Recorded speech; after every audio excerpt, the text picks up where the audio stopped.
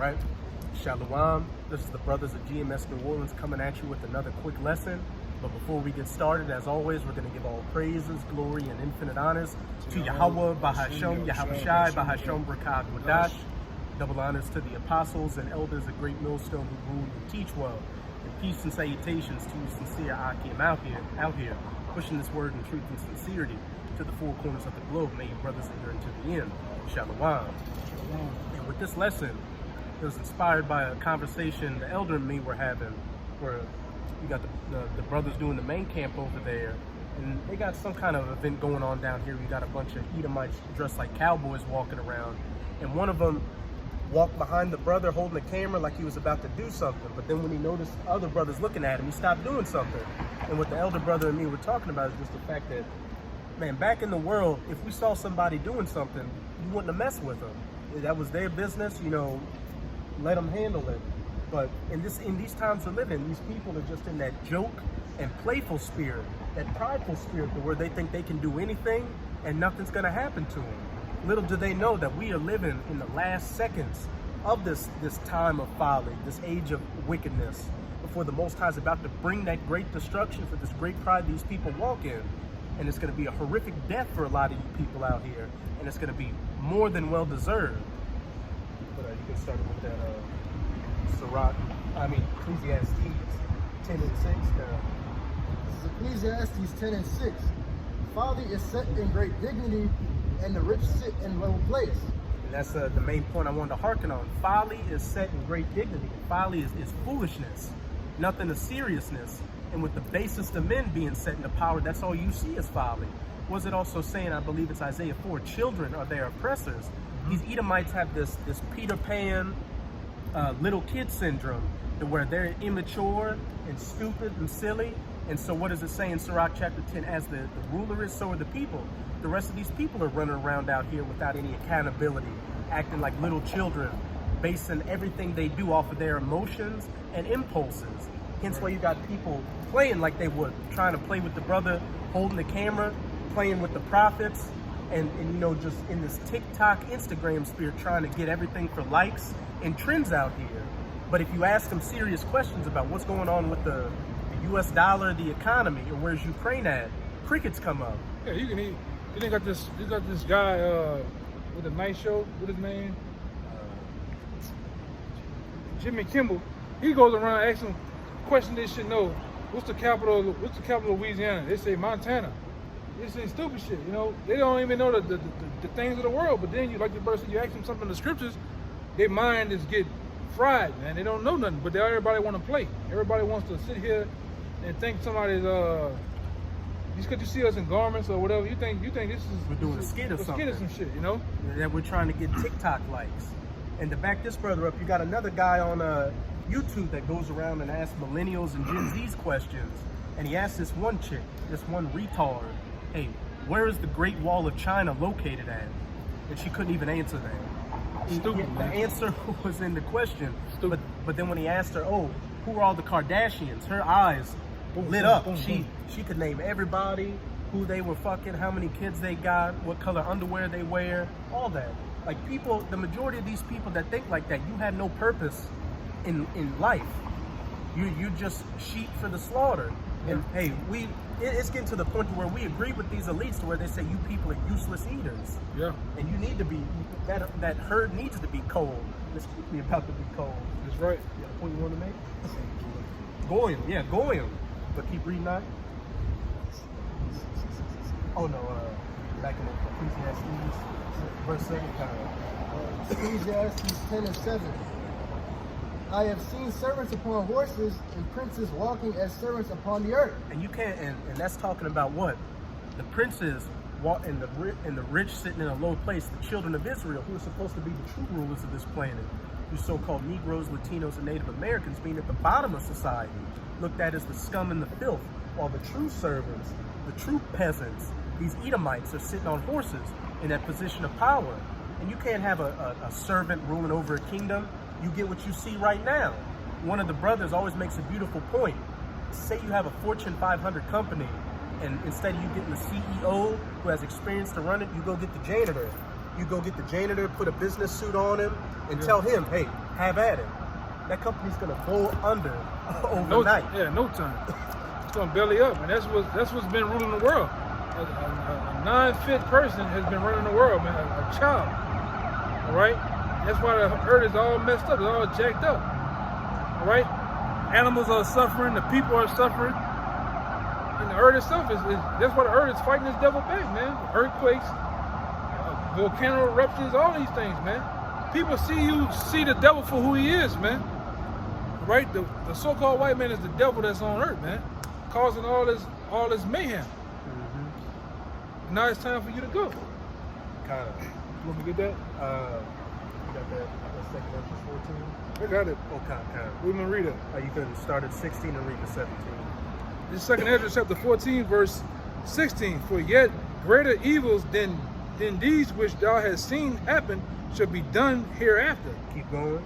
All right, and it says, for look how much the world shall be weaker through age, so much more shall evils increase upon them that dwell therein. And this is that angel telling Esdras that, like, in the process of time, through the process of the ages, things shall become more evil and more wicked. And that lines up perfectly, showing that this Edomite is the basest of men. He's at the last stage before the kingdom of heaven, at the weakest stage. So what should that say? He's the weakest ruler, the weakest heathen out here, and and we already know he's the wicked according to the scriptures. So, hey, that prophecy's fulfilled itself. That wickedness has increased upon that which thou seest now. The basest of men, the wickedest of men, who does everything clean contrary to the scriptures, is in rulership.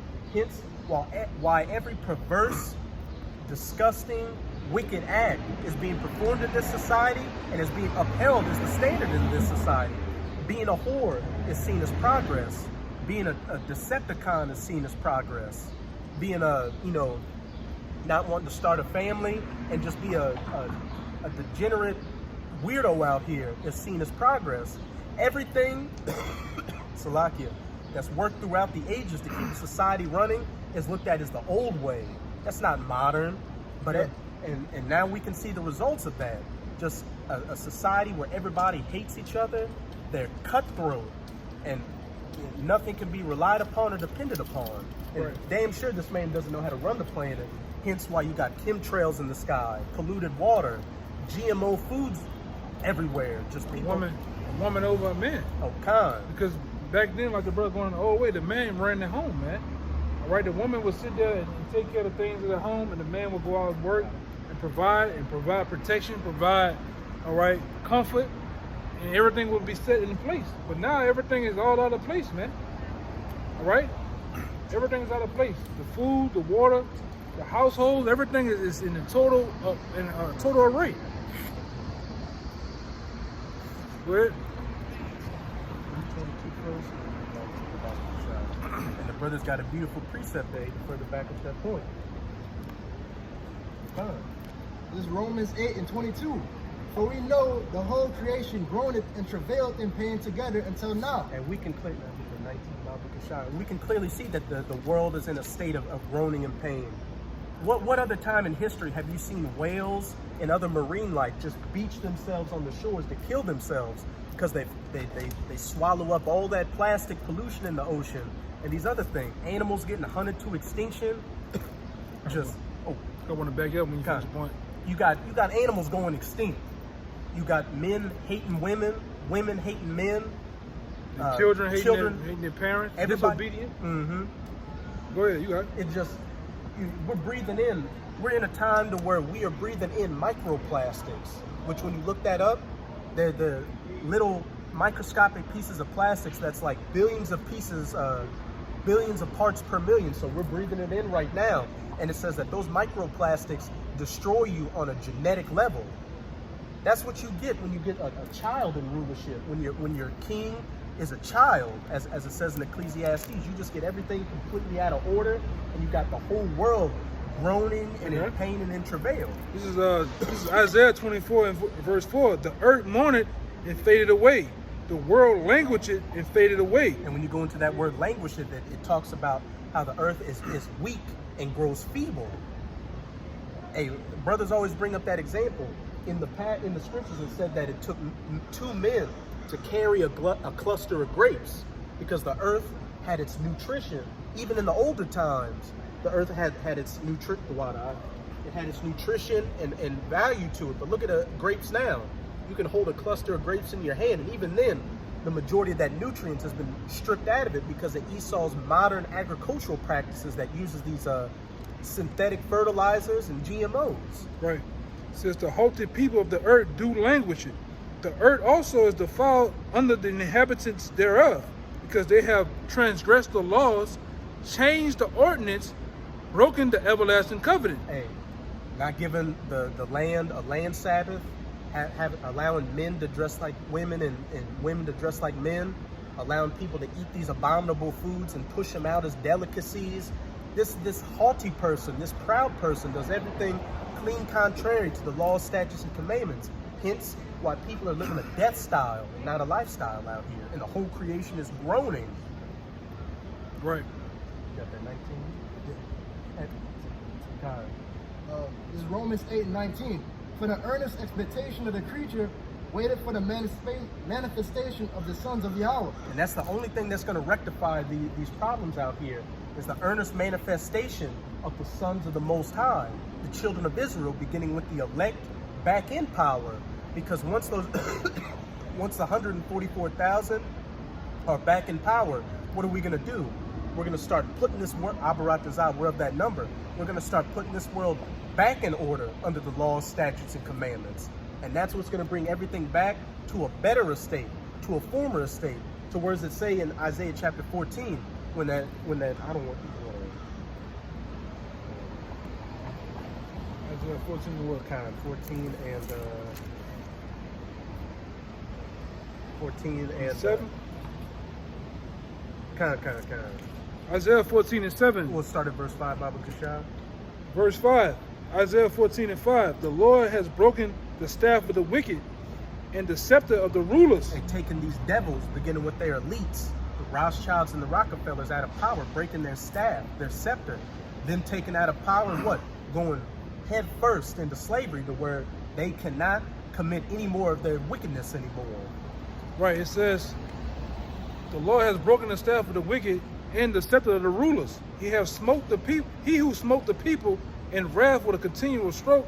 He that ruleth the nations with anger, ruleth the nations in anger, he is persecuted and none hinder it. Hey, him that smote the people in wrath and ruled the nations in anger, pushing this democracy and this feminism on them, spraying the chemtrails in the sky, giving people GMO foods, all these, going and overthrowing sovereign leaders to set up puppets so they can bring that Babylonian American lifestyle, death style to him. Hey, once he's taken out of power, hey, that's game over for wickedness. Verse 8. The whole earth is at rest and is quiet. They break forth in singing. The whole earth is at rest and is quiet, and they break forth into singing. Why? Because they're finally going to get to see what a righteous rulership is. They're going to have clean air, clean water, and they're going to have a family structure with the man at the head and the women and the children in obedience to the man. And what? Ultimately, they're going to be governed under the laws, statutes, and commandments of Yahweh Bahasham Yahweh Shai, administered by the children of Israel. And if they get out of line, hey, they're going to get conked in the head with that rod of iron too. But after a time, they're not going to want to get out of line, because they're going to finally be at peace and at rest. They're going to have no reason to get out of line. Yeah, it says, verse 8, yea, the fair trees rejoiceth at thee, and the cedars of Lebanon, saying, since thou art laid down, no feller is come up against thee. Hey, backing up that Romans 8 and 22, the whole creation groaneth until now. Once this devil is taken out of place, not only are the people going to rejoice, but nature itself is going to rejoice, because it's not going to have chemicals and it getting strip mined and all this other madness that this Edomite does to this planet. He's no longer going to be doing it to it. So nature's going to be able to flourish and procreate itself, and regain its strength. And just to show you how much this devil has destroyed this planet, it's going to take a 1,000-year period for the earth to get back into its full estate. It's gonna yield what it used to do in the ancient times, man. Like the brother said, basketball-sized grapes, right? The water is gonna be fresh and clean, where you can just go and scoop you some water and drink it, man. Try doing that now. Try doing that now, you're gonna drop dead. You know? That was it. Yeah. You get out of But hey, here. with that, we hope you sincere Akim and Akwath were edified by this quick lesson. And again, as always, we're going to give all praises, glory, and infinite honors to Yahweh, Bahasham, Yahweh Shai, Bahasham, Rakak, Rakash. Double honors to the apostles and elders of Great Millstone who rule and teach well. And peace and salutations to you sincere Akim out there, pushing this word in truth and sincerity to the four corners of the globe. May your brothers endure until the end. Baba Ball, Baba Ball. Shalom. Shalom.